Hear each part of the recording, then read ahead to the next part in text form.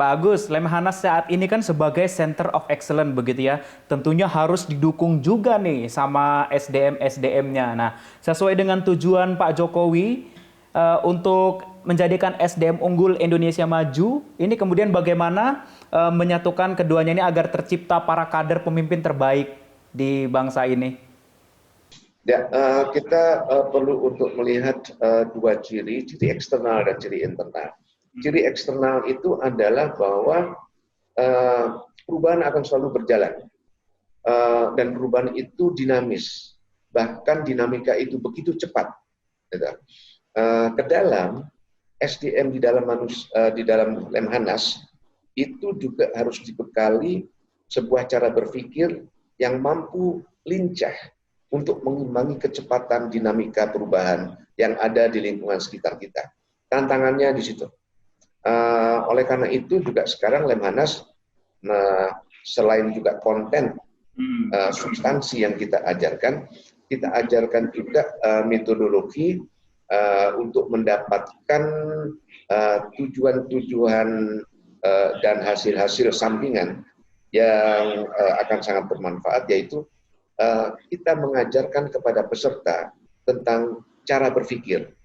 Jadi tidak lagi di sini berlaku proses pembelajaran pasif, di mana peserta itu hanya menunggu apa yang diajarkan oleh tenaga pendidik, kemudian menghafal dan siap untuk melaksanakan ujian, tetapi kita ajak mereka untuk ikut berpikir. Justru kita itu hanyalah sebagai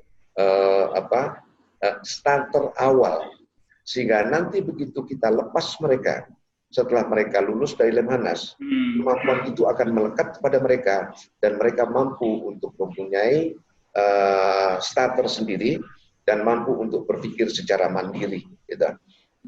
Itu yang dilakukan oleh Lemhanas, sehingga mereka juga bisa untuk menyesuaikan dengan perubahan-perubahan yang ada. Ini memang tidak mudah karena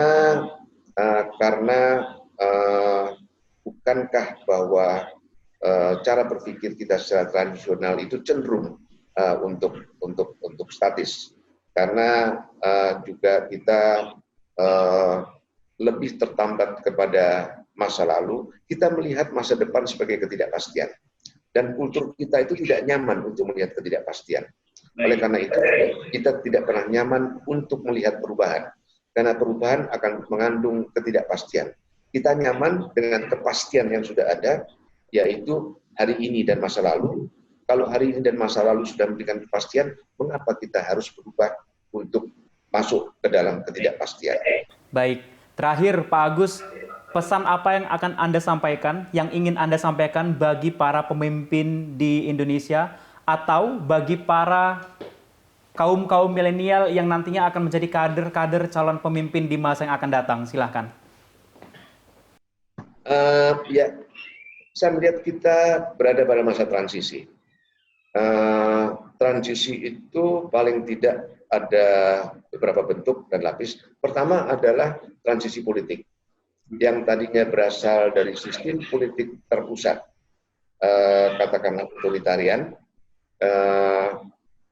menuju kepada sistem politik demokrasi.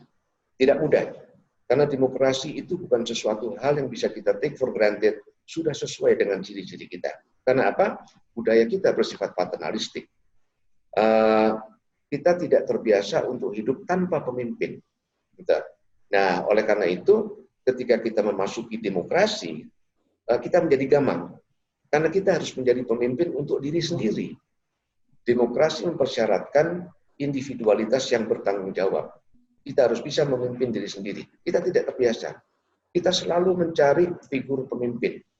Cilakanya, figur pemimpin itu yang kita cari adalah sempurna, yang tidak ada dalam teori, tidak ada dalam kenyataan.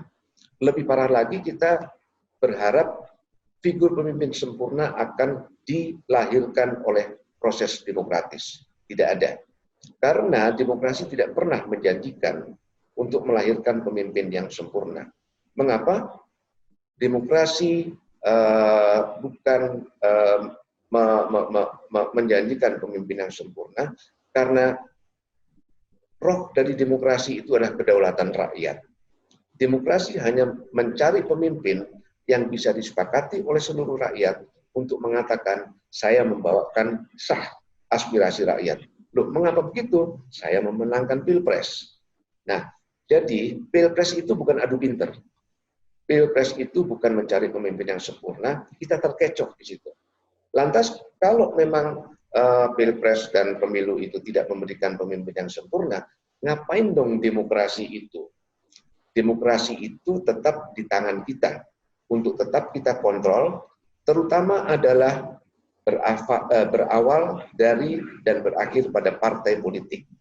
Kalau partai politik tidak bisa untuk menentukan dirinya sebagai awal demokrasi dan akhir demokrasi, maka kita tidak akan mendapatkan demokrasi yang efektif, yang substansial. Kita hanya akan tetap berada pada tahapan demokrasi yang prosedural. Nah, ini ditambah lagi dengan revolusi komunikasi 4.0 dengan era digital yang tadinya itu sebab tatap muka, orang tua memberi nasihat kepada anaknya itu harus tatap muka. Sekarang tidak bisa, itu semua melalui elektronik. Gitu. Ini berubah cara komunikasi kita, dan itu melahirkan generasi milenial yang sudah berbeda dengan kebiasaan-kebiasaan seperti generasi saya. Gitu. Itu juga memerlukan sambungan transisi yang halus, yang bisa kita jamin bahwa transformasi itu berjalan secara berkesinambungan.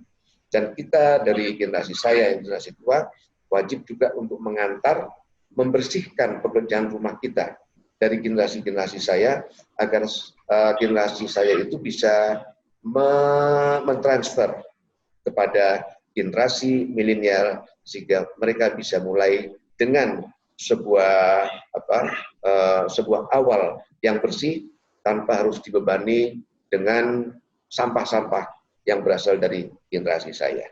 Oleh karena itu, berorientasilah untuk memperkuat sistem nasional, untuk lebih cepat kita mengatasi masa transisi ini, untuk tetap terampil dalam rangka untuk membangun sebuah negara dan bangsa yang modern dan demokratis. Oleh karena itu, jauhilah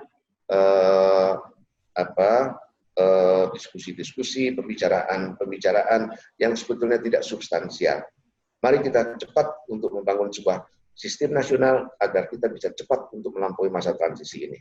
Baik, terima kasih Gubernur Lemhanas Republik Indonesia, Bapak Legend Purnawirawan Agus Wijoyo, sudah bergabung bersama kami di JAK TV. Saya ucapkan sekali lagi terima kasih Pak atas waktunya bisa bergabung bersama kami. Dan pemirsa JAK TV dimanapun Anda berada, terima kasih sudah bergabung bersama kami. Dan sampai berjumpa lagi di program JAK TV selanjutnya dengan tokoh-tokoh selanjutnya. Sampai jumpa.